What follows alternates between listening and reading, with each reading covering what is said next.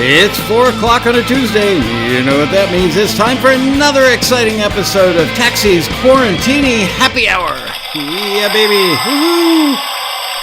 Partay today. How are you guys? Let's see who's in that chat room. There they all are. Where do I start? Terrell Beckless, Peter Rahill, Bob Gunnerfeld, Marion Laird, Darren Fletcher, Jesse J. Peck, Dan Weber, Martin Gravel, Ewart Williams, Mark Reel, Paul House, Glenn Letts, Stuart McClellan, Darren Fletcher, Dean Turner. The gang is all here. Martin Gravel, did I say that already? Yeah, I did. Hello, everybody. How are you? So today is just a holiday party day. Hello, Andre. Hello, Giovanni. Tony Salazzo. That's right. It's YEEHAW time. I've got on my Western shirt, got on my cowboy hat, and I've got a drinking utensil. Hey, JP. Yeah, check this out. The taxi mug finally arrived. There it is. Does it have Patron orange liqueur added to Red Bull peach? Yes, it does. Is it tasty? Why, yes, it is. Did I have to sample some before the show? Why, yes, I did. Oh, man. Hello, Dan Weber, Debbie Ward, Cass McKenty. A rootin' tootin' good time for all. There you go. Hello, Brad Gray. Hello, Simon, Chris. So yeah, today, pour yourself a holiday libation. This is just a hangout today. Giovanni, where have you parked the horse? Driving the taxi while drinking. Yep, that's me. Liz just posted a link there so you can order your very own taxi mug. How cool is that?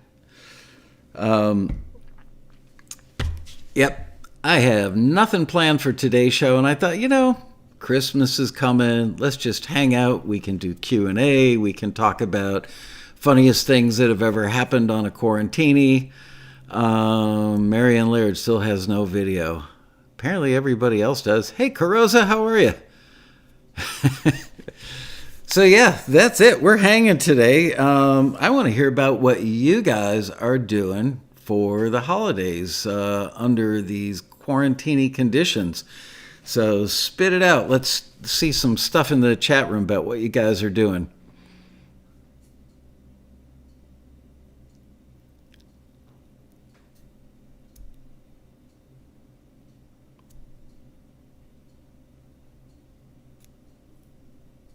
Hello, Buffalo Bob.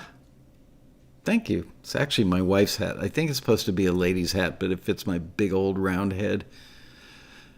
Stuart McClellan's going to finish his record. Now, there's a responsible guy. Wow. Graham's World, staying in and just learning more on my craft. Nice. Jim Stamper, me and Merlot, ready to go. Chris Anderson, cleaning your gutters. Wow, you know how to party for the holidays.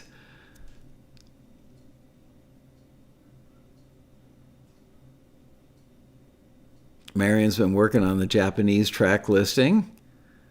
Family Zoom. I just talked to Shirelli last night or the night before. Every year we get together with Rob and his wife and his kids and our kids. The kids are all grown up now, so it's down to just the four of us. And we're not getting together on New Year's Eve as we do every year, even though they live about 4 houses away. So I think what we're going to do is just do a Zoom with the four of us and party while we're Zooming. Paul House, planning on some downtime and good reading. That sounds like a good way to go. Simon's going to hang with his wife and children. Chris says it's supposed to rain. Andre's been on holiday since March. Yeah, if I get any real time off, I actually do plan on firing up Logic and learning some new stuff. Let's see.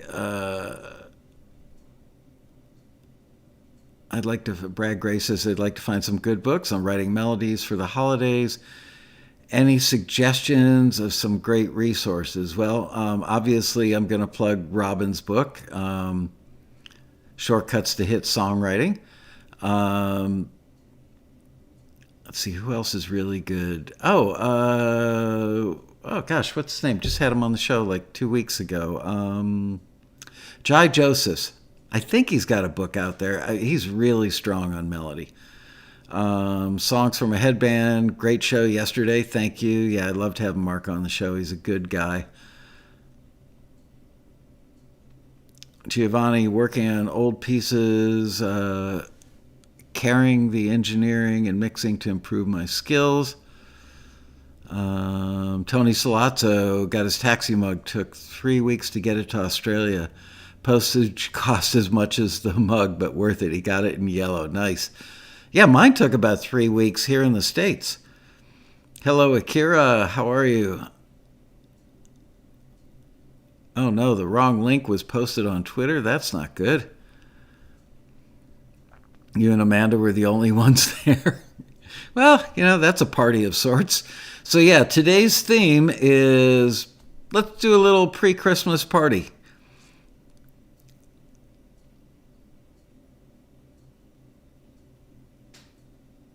Playing golf in Moore Park on the 31st with my son and his father-in-law. Which course?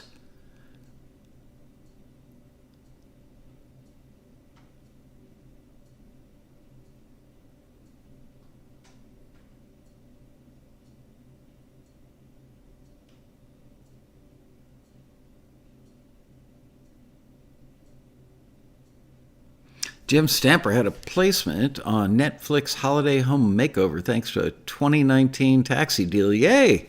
That's cool.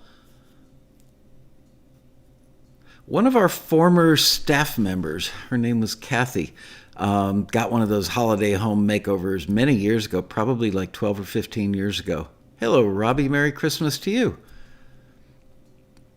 Yeah, they sent in an email, and sure enough, they showed up and did a holiday home makeover.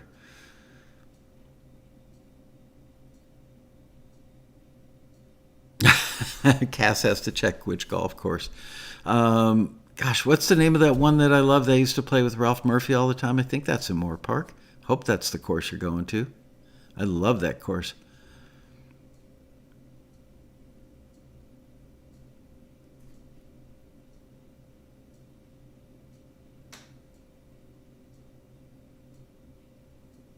Scott Hansen's in the house, ladies and gentlemen. He got a holiday home makeover. He bought a bong. Hello, Karen Brasher.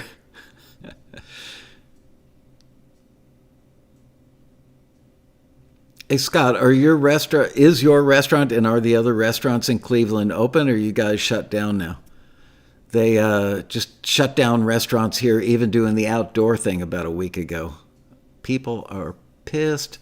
The recall petition to recall Governor Newsom is now up to 800,000 signatures. They need 1.4 million and change, and apparently it looks like they're going to get it. Scott's open for carryout only. Curious, is the carryout business at least a decent percentage of what your normal business would be, or is it like just a tiny little fraction? I feel so bad for all the restaurants here in LA. They're just getting killed. And the whole state of California, for that matter. New York City as well.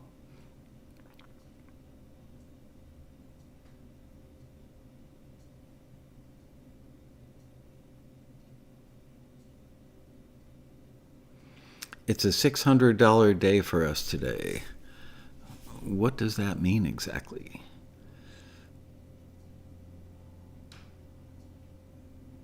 Has there been a delay with taxi dispatch reviewing submissions? Not that I'm aware of, and we just had an A&R meeting this morning at 11 o'clock, and that didn't come up. Probably be a good idea to call the office, and they will check into it for you. Wow, Robbie got his first placement on CBS Sports this week. That's CBS, NBC, and ABC now. Never thought that would happen in my life. Thanks to Michael and Taxi. I'll post it in the forum too. Yay, congratulations on that. I used to actually mix quite a few shows for CBS Sports. Back in the day in New York in the early to mid 80s. London is shut down, not allowed to cross the channel to Europe. Yeah, one of our daughters is supposed to be flying home from Israel in about a week. I think she may be able to get here. I'm not so sure she's going to be able to get home. I'm a little worried about that, gotta say. But I'm very excited. Can't wait to see her. It's been a year, almost a year. You are watching YEEHAW TV, Scott. See that? Holiday cheer in my taxi mug. I'm faced already. I am such a lightweight.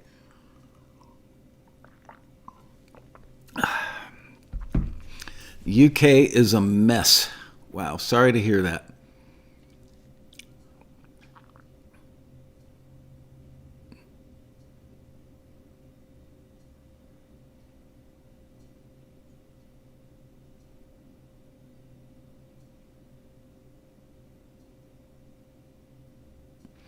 Amanda hasn't seen her daughters in over a year now. It's a bummer, huh? I know. We talk to our kids pretty much every day on WhatsApp, like a video chat or a lot of texts, whatever. But nothing like hanging out with them. But at least the two sisters are over there together. One's in Tel Aviv, in the Tel Aviv area, and the other one's in Jerusalem. And they get together probably a couple times a month. I did hear that they signed the bill to distribute more money to people here in the States. But did you guys hear this?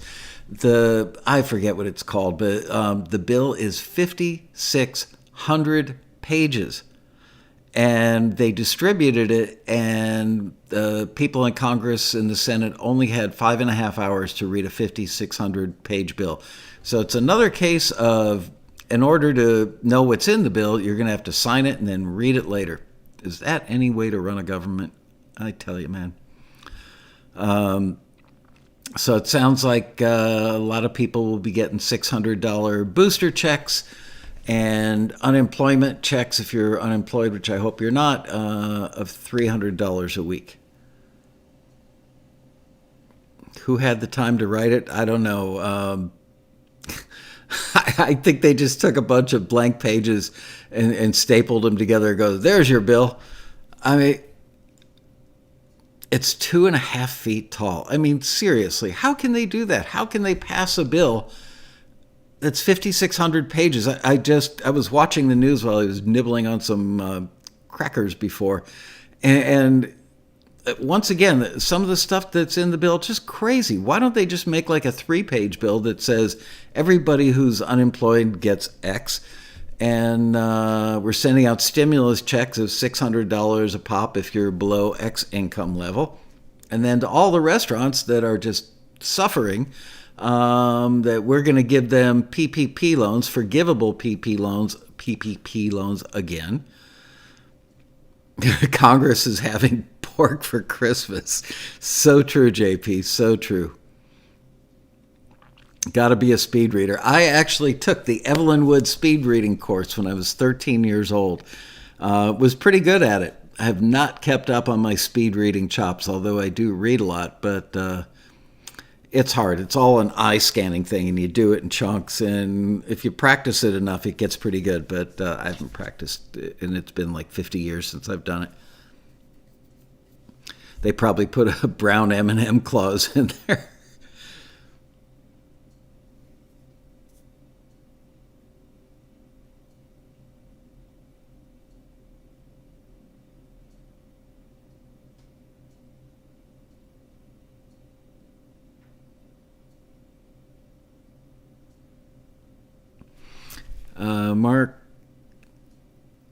Mark Fell says, yeah, my day gig is the restaurant industry in Florida. Governor DeSantis is letting us do our thing, just social distancing and masks when not seated.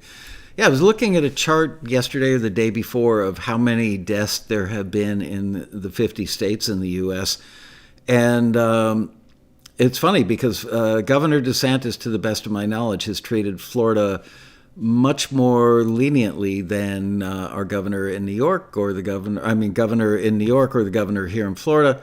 And yet Florida does not have as many deaths. And it's got a pretty significant population. I don't know if its population is what California's is, because our population is huge. We're like the size of a country.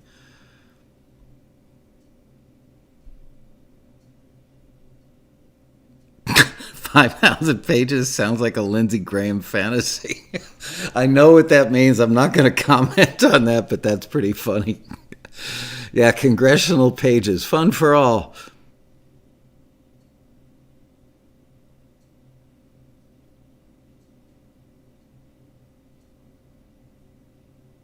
Yeah, I'm torn. Cass says reelect those who voted no on it. On one hand, it was for like 900 billion, I think. And President Trump, some months ago, like back in August or October, offered more than a trillion. I want to say like 1.8 trillion, and it got turned down by Congress. And so now the election's over, and lo and behold, they have passed a bill that's half of that amount, but yet 5,600 pages long. I don't get it. So yeah, I'm having a little thinking about it, and I don't want to make this show all about politics, but it's kind of depressing that on one hand there may be plenty of reasons to not sign the bill. On the other hand, there are people that can't pay their rent and can't buy food, so you got to get the money out there. That's what, if I were running this country, it would be a 3-page bill that just says everybody who is under the thumb of no income and no hope in sight gets a check. And there you go, 3 pages.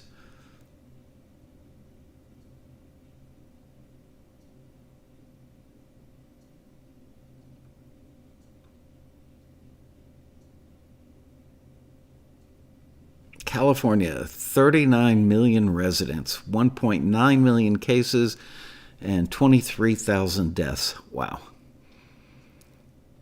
Florida is way worse per capita? Really? I wonder if that has anything to do with the population being pretty senior. Glenn Letts just nominated me for president. No, thank you.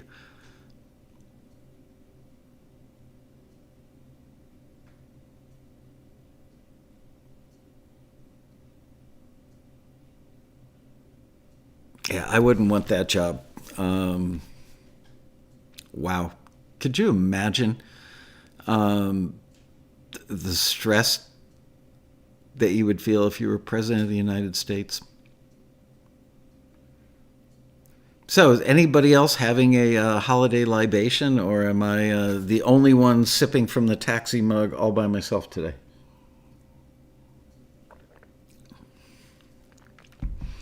Ireland has one of the lowest rates per capita. That's good to hear.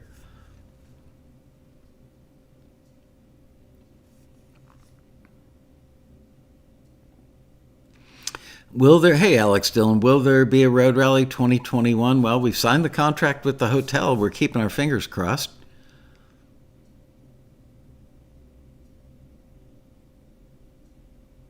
Tennessee is the hottest spot in the world regarding COVID. Hadn't heard that. Tulsi Gabbard voted against the bill. There you go. And she surfs. Marion's going to have Coca-Cola. El Rosso's having a glass of red wine. JP may have a libation or two. Lagunitas Little Stumpin' Beer, or Little Something Beer. Brad Gray's having coffee because he has to drive later. Well, that's good.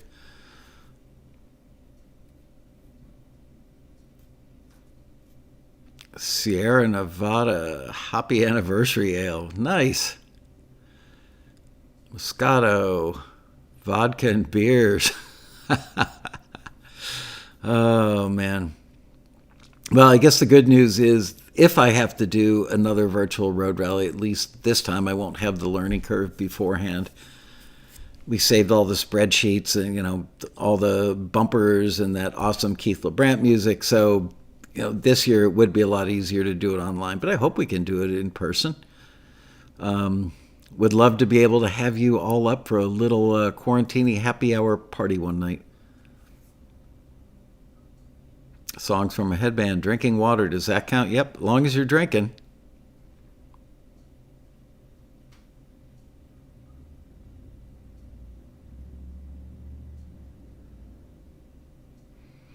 Bailey's Irish Cream, nice.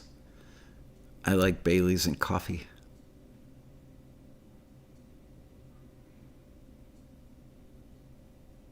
Cass says the rally was way better than I expected. Yeah, me too, Cass. I got to tell you, I was pretty stressed the last couple of weeks before we hit the airwaves with that thing.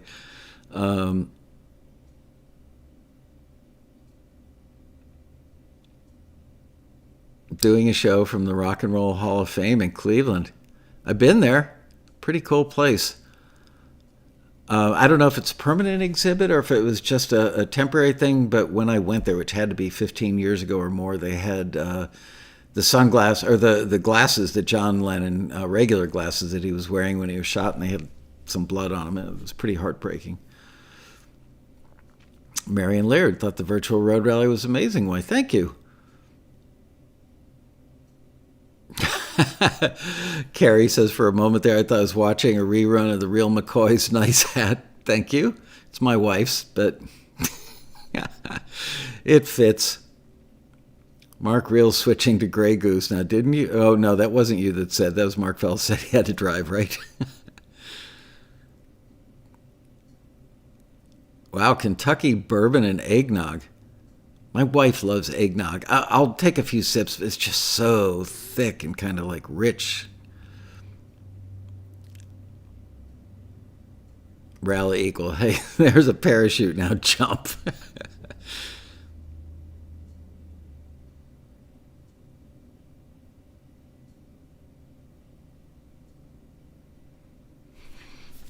Paul House says, I say again, Michael, congrats on the rally. So much could have gone wrong, and you all did a stellar job. Thank you. Thank you very much, Paul.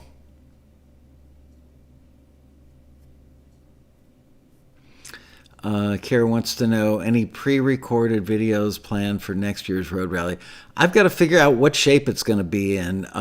We're doing kind of like an all-hands-on-deck assessment of next year's rally. I want to say May 1st was the date that I designated for that.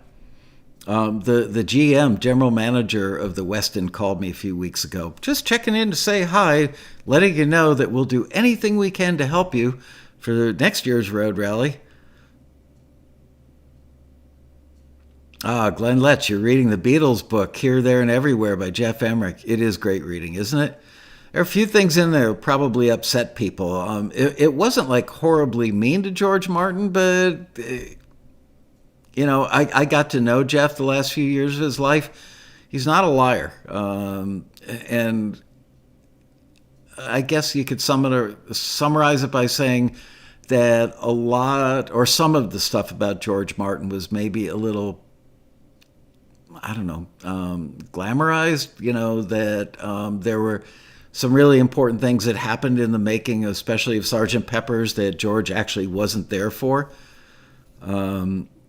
Yet he gets credit for it. Then again, I had the pleasure of working with George Martin many, many, many years ago, probably around 1979-ish. Sweet, genteel, just a gentleman. Really, really, really nice man.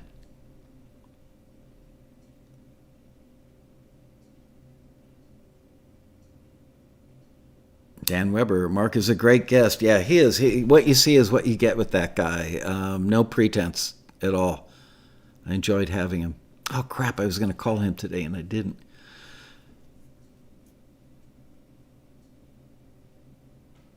Jeff Emmerich and their engineers were the secret sauce of the Beatles. Yep. At the time, which I'm sure that you've read in the book, I mean, they were still wearing like lab coats at Abbey Road, and it was the kind of place where you weren't allowed to take like a quarter-inch reel-to-reel from one studio to another. It was very rigid. It was kind of like what I picture like an English boarding school to be like, but for grown-ups with a bunch of gear. Call Mark now, it would be fun. I don't want him to overdose on this. 2 days in a row might be a bit much. Yeah, the book was a sobering look at the Fab Four. Yeah, if you want a really sobering look at the Fab Four, read The Lives of John Lennon. Can we get Steve Albini on the show? He's been doing a lot of YouTube interviews. Maybe. Gosh, there's a name I haven't heard in many years. Excuse me.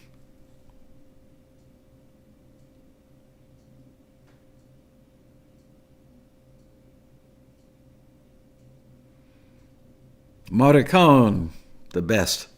I could listen to his stuff all day long. That'd be fun. Do a road trip in Italy in a Fiat with one of the little, tops that push back. It's kind of a sunroof, and put on Morricone music as you drive around the beautiful Italian countryside.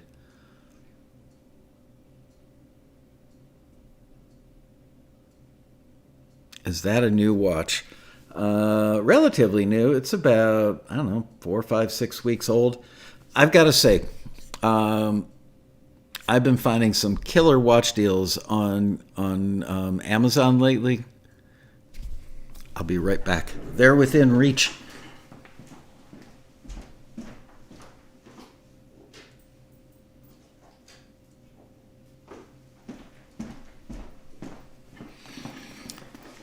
Okay, so let it be said that I am not a watch guy. I'm just not one of those guys. I've got friends that will go out and buy a Rolex. I just can't imagine putting something for 10 or 20 grand on my wrist. That I tend to break watches, like walking through door jambs and hitting them on the metal door jambs. The office, I've definitely cracked a few crystals. It doesn't sound good. Crack and crystal, the same sentence. Anyway. I had watches that I'd gotten for birthdays and what have you over the years, and it's like, yeah, I like that one. But I've never been in love with a watch. But then I saw a G-Shock watch one day and said, I gotta have this. And I got this one. That one was about $89, I think. It's a tank. I mean, the thing is huge, but it's indestructible. And I've had this one now for 2.5, 3 years, and I love it. G-Shocks, I mean, you literally have to have like a PhD in computer science from MIT to program the damn things. Really hard. Anyway, and then I got this one a few weeks ago. It popped up in the ad section or, recommended or whatever on Amazon. And I saw it and I went, wow, that's so cool. I love it. And it was like, I want to say $35 or $32. Also a tank. It's a big watch, pretty heavy, but looks good and seems to work just fine. And then about 3 weeks ago, I got this little dude. It's got all the functionality of an Apple Watch. Oops. It's got apps in it and all the health stuff. I was mostly curious when my wife and I go for a walk, how many calories we're burning and how many steps we're doing, and this does all that. Tells time, too. It does your blood pressure and your heart rate and your blood oxygen level. How does it do that? How does a watch know your blood oxygen level? Anyway, so this, believe it or not, was $30. And it works great. And then the other day, I was going to return something on Amazon, and this one popped up, and I thought, I guess I'm becoming a watch guy. But it caught my eye because it was taxi colors, and it was a G-Shock. And this one, I want to say it was $102 or something, so that's the most expensive watch in my extensive collection. And I really like it, but frankly, I have not been able to get it out of daylight savings time, so it's running an hour fast.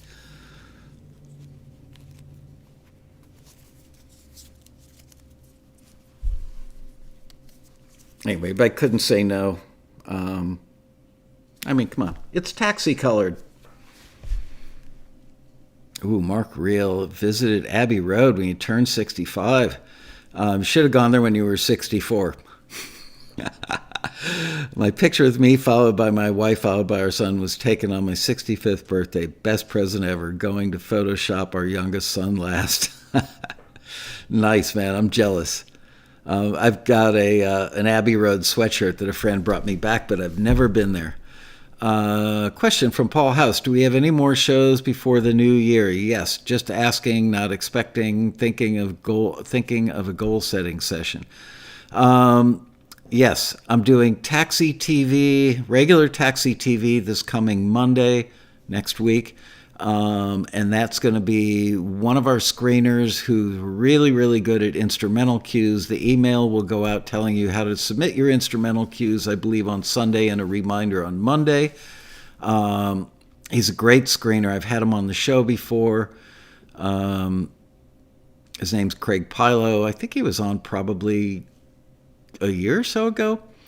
And then we're going to do a Quarantini a week from today on Tuesday. And yeah, you know what? We can didn't we just do a goal show, though, recently? It felt like we did a goal Quarantini, like, I don't know, 2 or 3 weeks ago, didn't we?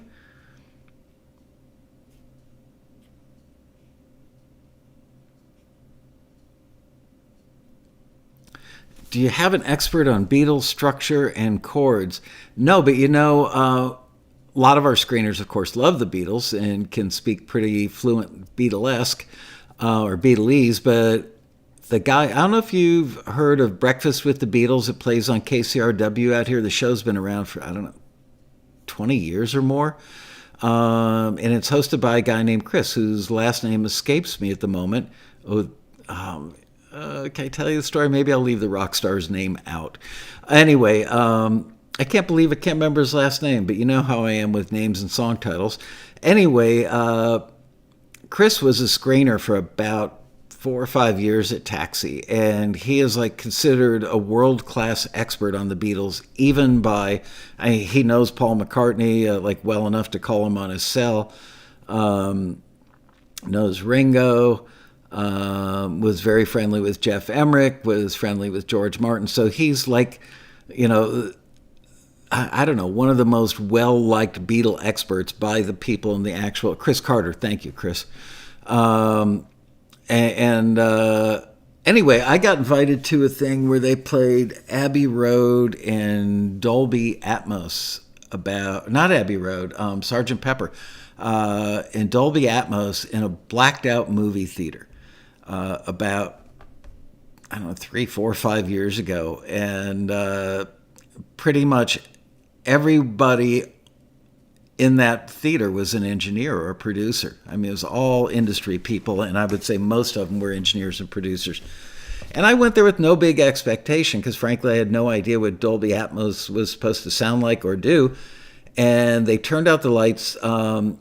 They had... George Martin's son Giles was there, and he did a little stand-up, talk about how long it took them to do it, why they did it, some background stuff. And then they just started the record, and the only thing in the room that you could see were the exit lights on the door. Everything else was blacked out. And it was funny, like you put your hand in front of your face, you really couldn't see it. It was pretty darn dark. And it wasn't that impressive, honestly. The first song the guy I was sitting with was a guy who was my old assistant engineer back in the Florida studio days. And I said to him, anything? He goes, it sounds good. And then the next song was like, ooh, that sounds really good. And then all of a sudden I realized it sounded like Paul McCartney was standing about, I don't know, 1.5 feet in front of your face playing the bass. And it's like you could literally hear the fingertips on the strings. It's hard to describe what it sounded like other than the detail was just absolutely mind-blowing. And so it was pretty awesome, I gotta say. I can't remember why I'm telling you that. Chris Anderson says the sound quality at the Las Vegas Cirque du Soleil Beatles Love was extraordinary. I've heard that from several of my friends. I've never seen that. I've got the album, but haven't been there. Hello, Libby. Hello, Ian. So today we're having a holiday party. It's a little kind of a not morose, a little not wild. And we're drinking whatever we're drinking out of Taxi mug if you have one. I am such a lightweight. Literally, I've got one shot of Patron orange liqueur mixed with peach Red Bull, and I'm pretty buzzed. I will have a hangover by the time the show is over. I don't know if there are any shows in Las Vegas. I doubt it, but who knows? I mean, casinos are open. I don't understand the logic. Am I nuts, or is anybody else with me on that you can't eat outside at an open-air restaurant in Los Angeles, but you can go to a casino? I think you can even go to the casinos here in California. I don't get it. Alex Dillon, Cirque du Soleil, it's the trippiest, circus you'll ever see. It's not like a typical circus. Many years ago, when I had just known my wife for probably, 3-4 weeks, something like that, I was general manager of, I'd known her for about a year. I met her around Christmas time, met her December 15th of 1989. I was general manager of a big post-production company in Hollywood, and so we took the entire staff. There were probably 50 or 60 of us, and wives and husbands, and we bought everybody tickets to Cirque du Soleil in Santa Monica. Went out for a really nice appetizer and drink soiree at a hotel right near where the circus was. Then we walked over the circus. Anyway, I'd been out of work for probably a year, and then got this job, and it was a pretty high-paying job, and I was feeling pretty good about myself that I was bouncing back, so I decided to spend the most money I've ever spent on clothing in my life. I bought myself an Armani suit for $1,100, and I wore it to Cirque du Soleil because I wanted to be cool. And there was a pantomime skit with a couple of characters. They were kind of clown-like. And they looked out in the audience to pick somebody to come up and be one of the male cast members of this little skit they were doing. And the guy looked at me and pointed at me. I am not a guy. I will be on stage at the road rally, and that's it. I do not like being on a stage. And he called me up, and I really couldn't say no because all these people that I worked with were there. And I went up there, and the clown had... I actually have a visual aid. The clown had one of these, a powder puff. Ooh, that one's getting a little oily. But his was about 2.5 to 3 feet across. And I had to play the role of the Lothario that was having an affair with some young lady. And I had to bend her over and kiss her. And then the clown was touching up our makeup, and he hit me with this powder puff thing that was this big across, and just got particles of powder in the weave of the Armani suit. So I wrote a letter to Cirque du Soleil and said, you people need to buy me a new suit. They didn't, but they did pay the dry cleaning bill, and it all worked out fine. But yeah, so now I was already afraid of clowns. Now I'm scared to death of clowns, especially clowns with powder puffs. Yeah, they did pick up the bill.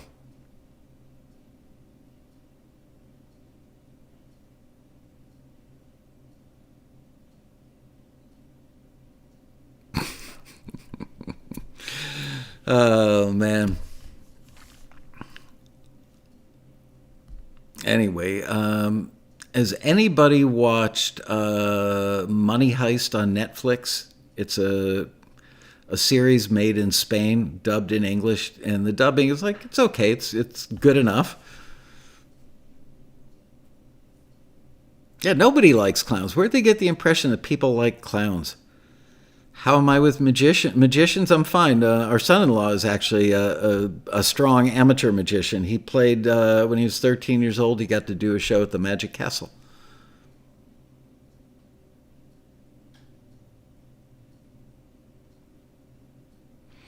Wow, Carrie, you were a clown for 21 years. Well, guess who's not coming to dinner at my house?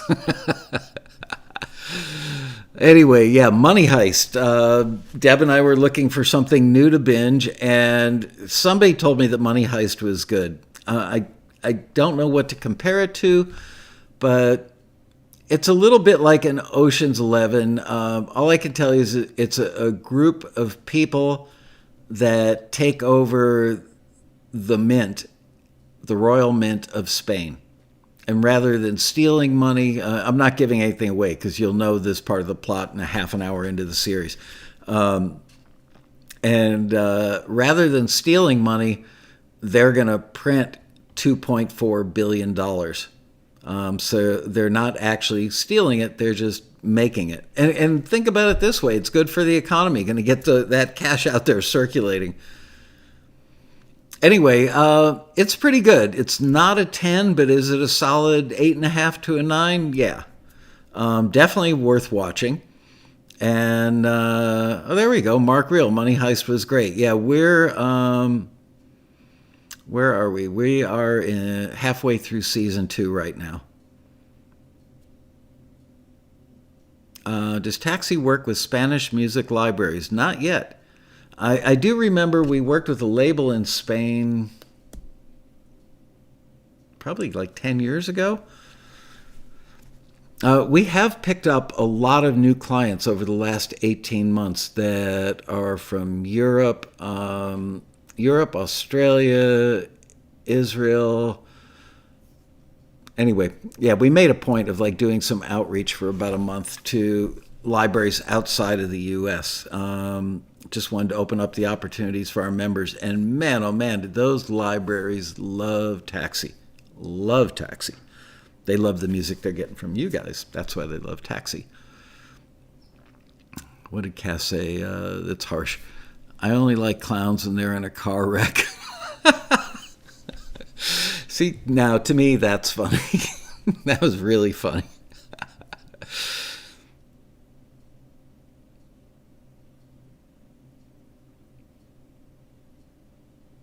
Maybe the flamenco submissions from Taxi were for that movie. It's not a movie. It's Money Heist is a series. It's like, I don't know, 4 or 5 seasons, I think. But I don't, who knows?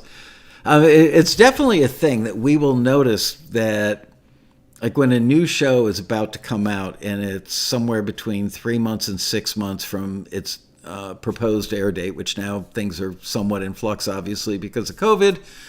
But all of a sudden we'll get requests for a certain kind of music. Maybe it's 80s music, maybe it's flamenco, whatever it is, something that makes us take note because all of a sudden several libraries will all have the same request in a very, within a 30-day time span. So they're clearly all trying to pitch at the same thing.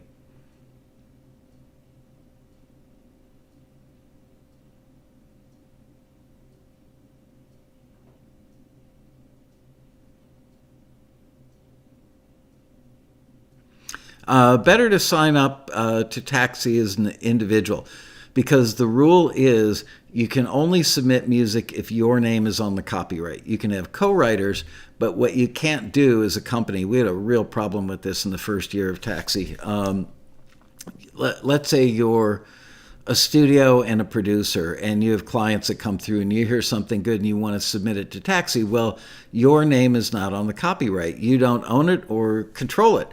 So if you sneak one of those into a Taxi listing and it gets forwarded, then it goes to a library or a music soup, whatever, and they reach out to you because that's the information that gets forwarded with the music is your membership information, your phone number, your email, your name, and they reach out to you and you say, oh, well, actually, that's not my music. You have just given yourself a really big black mark for submitting music for other people. They do not look kindly upon that. They don't think it's cute. They don't go, oh, that's cool. No, they go, okay, there's somebody that doesn't understand the rules of the game. And although I've been told there's no official blacklist, people do remember. It's a pretty small community, especially in the library world. People do remember people that do dopey stuff. So, yeah, don't submit for other people, even if you own a company. One problem that I would love to solve, but it's just too hard, is let's say you have a publishing company and you actually do own part of the copyright and control it. In a perfect world, you'd be able to submit music that other people have done where you are the publisher of that music. The problem is then everybody says, oh, I'm a publisher and I'm going to submit something for my friend John over there. Okay, can we see your publishing agreement? So now all of a sudden TAXI is in the business of reviewing publishing agreements to make sure, number one, that they actually exist, and number two, that it's like a real agreement that would hold water and that you do have the legal right to submit that stuff. Could you imagine? I mean, we would literally have to look at hundreds of those every month. So that's why we don't do that. We actually had a problem. I remember in the very early days of TAXI, the company was like, 3 months old, 6 months old. And there's a book called The Business of Music by Bill Krasilovsky, who's an attorney, and maybe somebody else. And it was kind of the definitive tome on music industry, music business stuff. So I hired Bill Krasilovsky to do some music law, legal stuff for us. So I knew him. I didn't know him well. I don't think I'd ever met him face to face. But I was going to New York, where he lived at the time. Maybe still does. If he's still alive, he was an older gentleman back then. Anyway, so I said, let's go grab dinner. So he said, great, I'll grab a cab and I'll meet you at the corner of like 57th and 6th. So I'm standing there, a cab pulls up, and Krasilovsky rolls down the window. Come on, get in. I get in, and he starts yelling at me. Now, remember, this is a guy I'd never met before, and he was literally like yelling at me with the veins in his neck like popping out and a big old vein on his forehead. And what he was yelling at me for is we had people that would join TAXI, and then they were charging other people up to $100 per submission to, hey, I've got a membership here. Let me send your song and give me $100. And of course, we weren't getting a cut of that. I wouldn't have taken a cut of that. But they were making money. They were reselling access to TAXI. So they were buying a $300 membership and then selling access to TAXI at $100 a pop. And these poor people whose music was submitted were calling us on our 800 number going, hey, can you check out this submission of mine? We go, what? Huh? We don't have you in the database. And that's because the other person had sent it in under their name and their membership number. So somebody wanted to sue us for that, thought that we were like stealing music or something. And somehow they got to Bill Krasilovsky, who happened to be my attorney at the time. And Kras just went nuts on me. So that was the end of that. Yep, it's amazing, where any little opening where you can see daylight, somebody out there will take advantage of that for their own personal gain.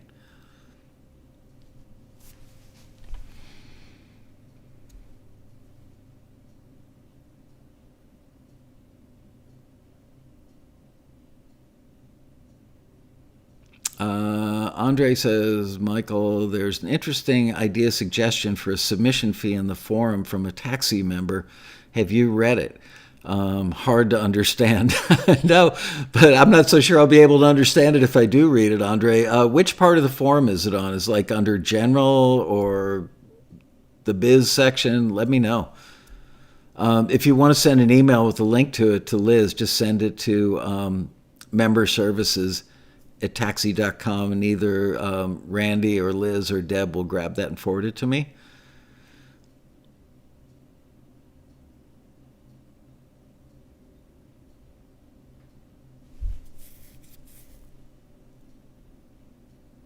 The sun just sank into the Pacific.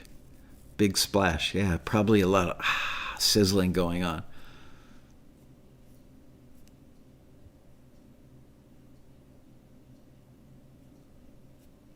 Yeah, the fun parts of owning a business that never get mentioned. Oh, there are a lot of those, John. There are so many of those. I would say several times a week I go, this is the stuff the people on the outside never see, never hear about. People hear that you own a business. Oh, he must be making a ton of money. I love it when people, know that a membership costs $300. They're always asking, well, how many members do you have? Most people want to know how many members we have because they mistakenly think that there's some sort of competition. Well, if they've got 5,000 or 10,000 or 20,000 members, then they're all certainly going to submit for the same listing. So I'm going to be one of, 10,000 people who are submitting, which couldn't be further from the truth. But a lot of people will do the math and go, oh my God, let's say we had 10,000 members, just because I'm not great at math, in a $300 piece. They go, wow, that's $3 million. That guy's rich.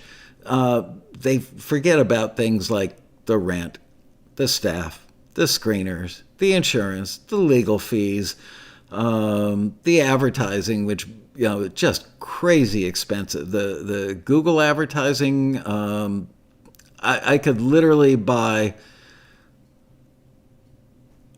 probably a Ferrari. I'm not joking, for what we spend on Google advertising per year. That's not an exaggeration. It would have to be one of the cheaper Ferraris. But that's how much we spend. Multiple six figures just on the Google advertising per year. And then, of course, they forget about taxes, which in California, is somewhere between like 35 and 45%, depending on how profitable a year it is, blah, blah, blah. It's not as glamorous as people think. Let's just leave it at that. What's for dinner, Greg Carrozza? Tonight we're having buffalo chicken wings. How about you?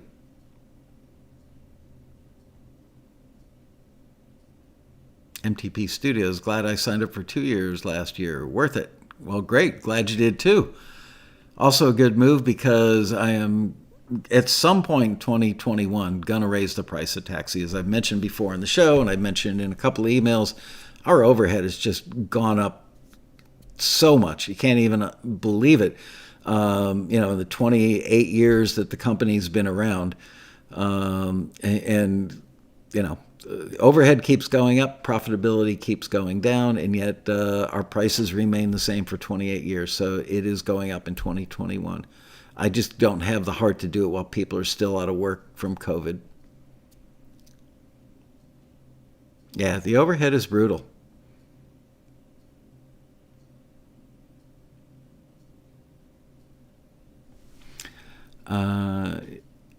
Andre says, ML, it is under listings. Happy with the $5 fee. Yeah, some people have suggested, charging like varying submission fees that, we have thought about doing like a quick turnaround, like everybody who pays $7.50 or $10 a submission gets heard first, but there's really no benefit in that for you. It's not because, it's not like the first thing heard is going to get forwarded and then everything else isn't going to get listened to or have the possibility of being forwarded. It's all got to be on a level playing field. So the only real benefit would be that you find out if you were forwarded or returned sooner. But there are logistical problems associated with that on our end. If we wanted to turn it around quickly, do we have the screener availability, the right screener availability for that genre and that listing? And what if people submit on the 15th of the month and they're expecting an answer on the 16th, but the deadline isn't till the 12th of the following month? That's when we would normally start screening. So who knows? We've thought about it, but we've never instituted that one. Marion says, I wouldn't like varying submission fees. Mike asks, did you get a horse or something? No, I wish I had a horse. A senior discount? Well, I'd get one. My wildest criteria memory that you can say on camera. Well, the wild ones I can't say on camera. And some of the wildest memories were in studios, but not necessarily criteria.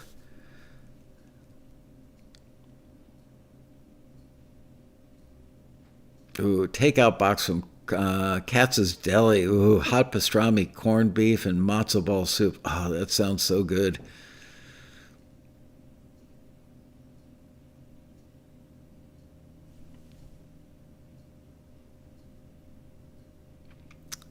themic is ramping up. Anyone here signed up? What is that, Tony?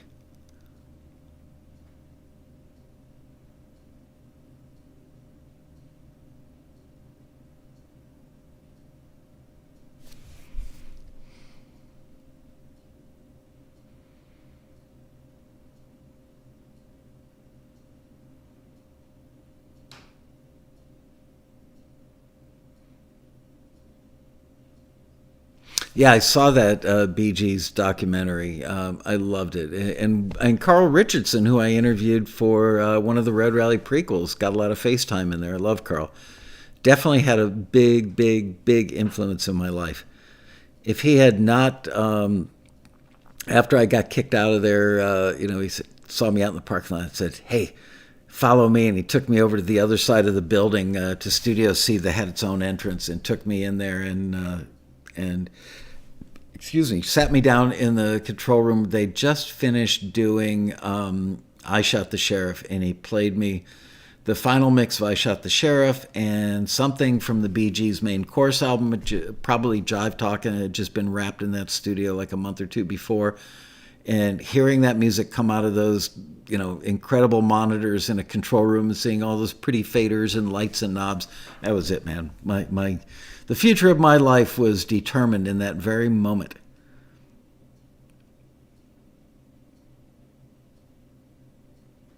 Nope, I've never worked with Steve Lukather. And frankly, none of my friends have either. I've got a lot of engineer friends and control, other studio rats. I don't know anybody that's ever worked with him. I'd like to.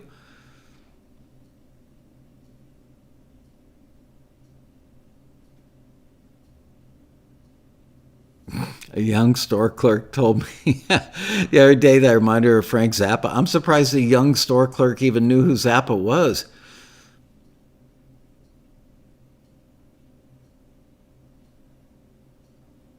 Do you get charged? Yeah, we get charged. We get charged fees if you saw. That's another line item I forgot to mention. If you saw the monthly fees that Taxi pays on credit cards and PayPal, it's crazy.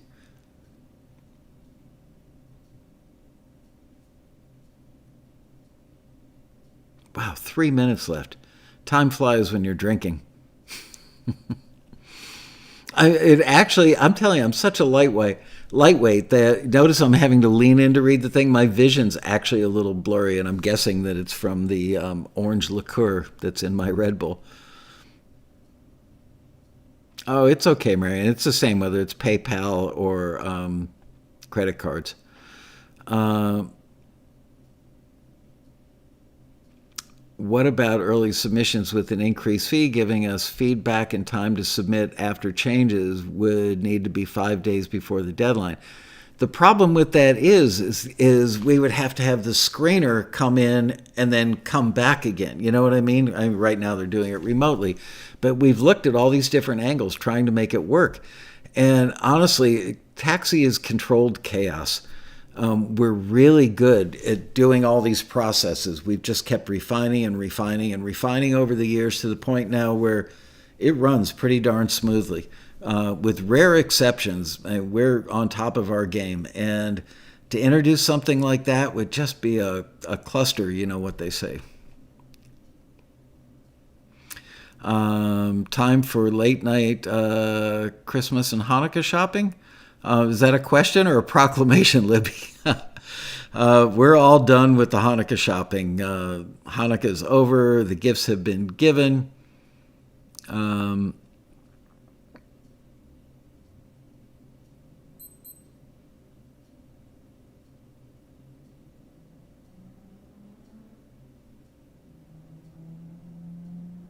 anyway.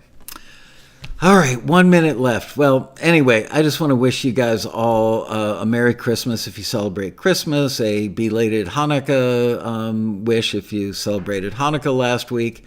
I will see you guys next week for Taxi TV. Remember, instrumental cues on Monday and Quarantini, some sort of year-end wrap-up. I would love just let's just talk about the things that made us laugh and feel like a little family during 2020 in this otherwise miserable ass year. Maybe let's do that next week and sure, we can talk about goals and New Year's resolutions, but there've been a lot of really good, warm, funny times together. It's funny how we all know each other. I mean, you guys see my face, I don't see yours, and you don't see each other's really. But you're part of a family, and it's really been an honor and a lot of fun to hang out with you in this miserable ass year. So with that, let me bid you a fond farewell for this evening. I will see you on Monday. Thanks for joining me for today's Quarantini Happy Hour. Bye-bye, you guys.